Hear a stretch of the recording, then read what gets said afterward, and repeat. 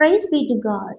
கிறிஸ்துவுக்குள் மிகவும் பிரியமானவர்களே, உங்கள் அனைவருக்கும் இயேசு கிறிஸ்துவின் இனிய நாமத்தில் என்னுடைய அன்பின் வாழ்த்துக்கள்.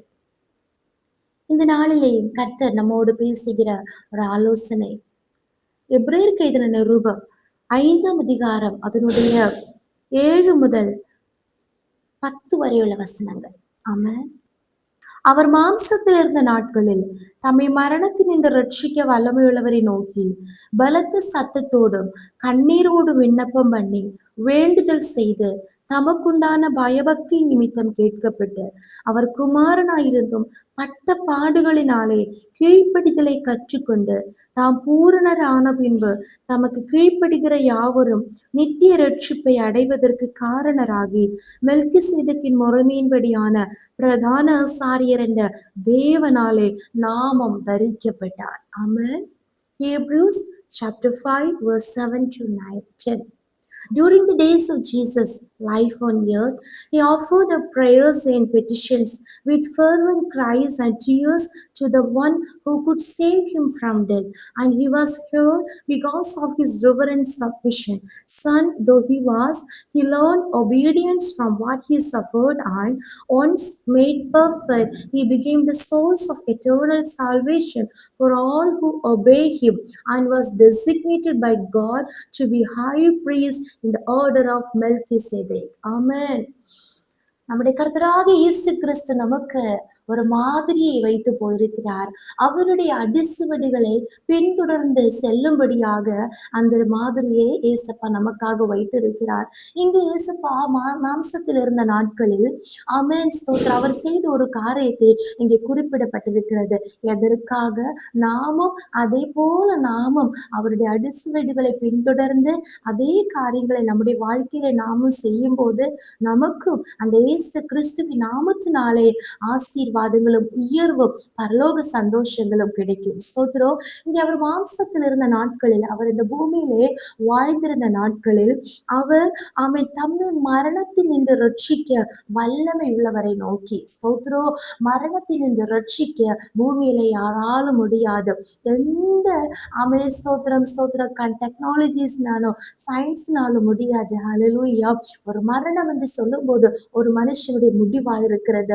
ஆனால் ஒருவரால் ரட்சிக்க கூடாது, ஒருவரால் விடுவிக்க கூடாது சூழ்நிலையில நம்ம இருக்கும் போது நம்மை விடுவிக்கிற, நம்மை ரட்சிக்கிற ஒரு பரலோக தேவன் நமக்கு உண்டு. ஸ்தோத்திரம். அப்போ தம்மை மரணத்தின் நின்று ரட்சிக்க வல்லமை உள்ள இயேசுவை நோக்கி, பிதாவாகி தேவனை நோக்கி இயேசு கிறிஸ்து அவன் பலத்த சத்தத்தோடு கண்ணீரோடு விண்ணப்பம் பண்ணி வேண்டுதல் செய்து தமக்குண்டான பயபக்தி நிமித்தம் கேட்கப்பட்டு, இயேசுவே அப்படி செய்தார் என்றால் அவன் நித்திய மரணத்தின் என்று நித்திய ஆக்கினியிலிருந்து நாம் ரட்சிக்கப்படும்படியாக, நாம் தப்புவிக்கப்படும்படியாக இந்த நாட்களிலே இந்த பூமியிலே நாமும் மாம்சத்தில் இருக்கிற நாட்களிலே பலத்த சத்தத்தோடும் கண்ணீரோடும் விண்ணப்பம் செய்து வேண்டுதல் செய்து பயபக்தியோடு நாமும் தேவனிடத்தில் ஜெபம் பண்ண வேண்டும். Praise the Lord. அப்படி என்றால் நிச்சயமாகவே கர்த்தர் நமக்கு உத்தரவு அருளுவார். ஸ்தோத்திரம்.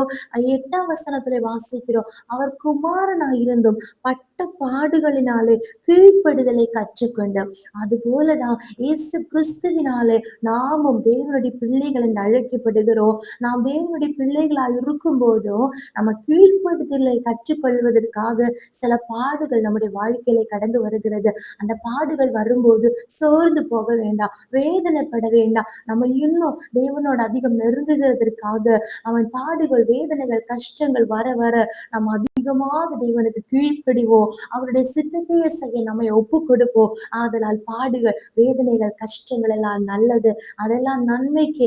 இங்கே அவன் பிதாவாகி தேவனுடைய ஒரே பேரான குமாரன் கூட பட்ட பாடுகளினாலே கீழ்ப்படுதலை கற்றுக்கொண்டார். அடுத்த 9ஆம் வசனத்திலே அவர் பூரணரான பின்பு தமக்கு கீழ்ப்படுகிற யாவரும் நித்திய ரட்சிப்பை அடைவதற்கு காரணராகி. அப்ப இயேசுவே பிதாவாகி தேவனை கீழ்ப்படிந்தார். அந்த இயேசு கிறிஸ்துவனுடைய உபதேசத்தை நம்ம கற்றுக்கொண்டு அதற்கு நம்ம கீழ்ப்படியும் போது இயேசு கிறிஸ்துவினாலே நமக்கு நித்திய ரட்சிப்பு கிடைக்கும். ஆமென்.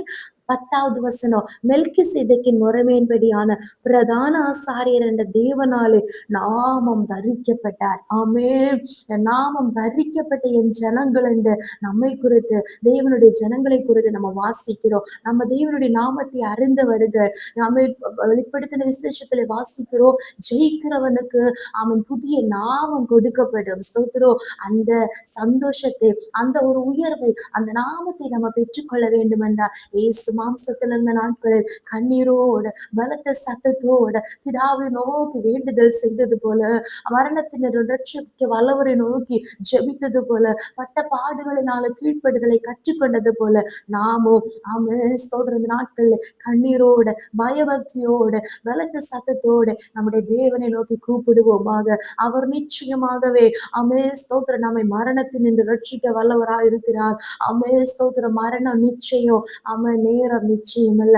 எந்த சமயத்திலே மரணம் ஸ்தோத்திரம் நம்மை பிடிக்கலாம். ஹல்லேலூயா. இங்க மரணம் என்று சொல்லும் போது இயேசு மரணப்பட்டார், இயேசு மரித்தார். ஆனாலும் 3ஆம் நாள் இயேசு கிறிஸ்து உயிரோடு எழும்பினார். அதனுடைய அர்த்தம், தேவனுடைய திட்டங்கள், தேவனுடைய நம்மை குறித்துள்ளதான தேவனுடைய நோக்கங்கள் நிறைவேறுகிறதற்கு முன்னாக நம்மை அழிக்க எந்த மனுஷனாலும் எந்த பிசாசினாலும் முடியாது.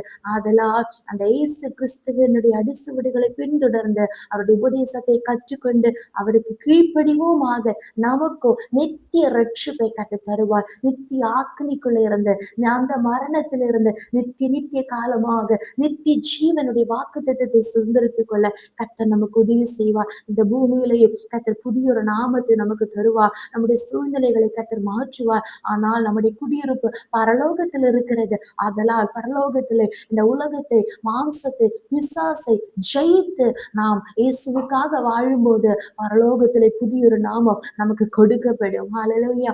அதனால் இந்த வசனத்தின்படி நம்மை தெய்வ சமூகத்தில் ஒப்பு கொடுப்போமாக. ஆமென். கர்த்தர் நம்மை ஒவ்வொருவரையும் ஆசீர்வதிப்பாராக. ஜெபிப்போம். இயேசுப்பா ஸ்தோத்திரம். எங்களை அளவில்லாமல் நேசித்து வழி நடத்துகிற எங்கள் அன்பின் பரலோக பிதாவே, ஆசீர்வதிக்கப்பட்டதான இந்த நாளிலே நீர்களுக்கு தந்த வார்த்தைக்காக ஸ்தோத்திரம். அப்பா, ஒவ்வொரு நாளும் அப்பா உண்மை போலவே நாங்கள் கர்த்தாவே இயேசுப்பா ஸ்தோத்திரம் ஸ்தோத்திரம் கண்ணீரோடு அப்பா பலத்த சத்தத்தோடு அப்பா உம்முடைய சமூகத்துல வேண்டுதல் செய்து விண்ணப்பம் பண்ணி கர்த்தா பயபக்தியோடு நாங்கள் காணப்படுவோம். அப்பா கீழ்ப்படுதலை கற்றுக்கொண்டு பட்ட பாடுகளிலே அப்பா சோர்ந்து போகாம அதிகமாக தேவனோடு நெருங்குகிறவர்களாக, நித்திய ரட்சிப்பை அடைகிறவர்களாக எங்களை மாற்ற போகிறதற்காக ஸ்தோத்திரம். வசனத்தை கேட்டுக்கொண்டிருக்கிற ஒவ்வொருவரும் இயேசு கிறிஸ்து விசுவாசித்து நித்திய ஜீவனை பெற்றுக்கொள்ள கர்த்தர் உதவி செய்வீராக. புதிய ஒரு நாமம் எங்களுக்காக தரப்போகிறதற்காக ஸ்தோத்திரம் தாவே.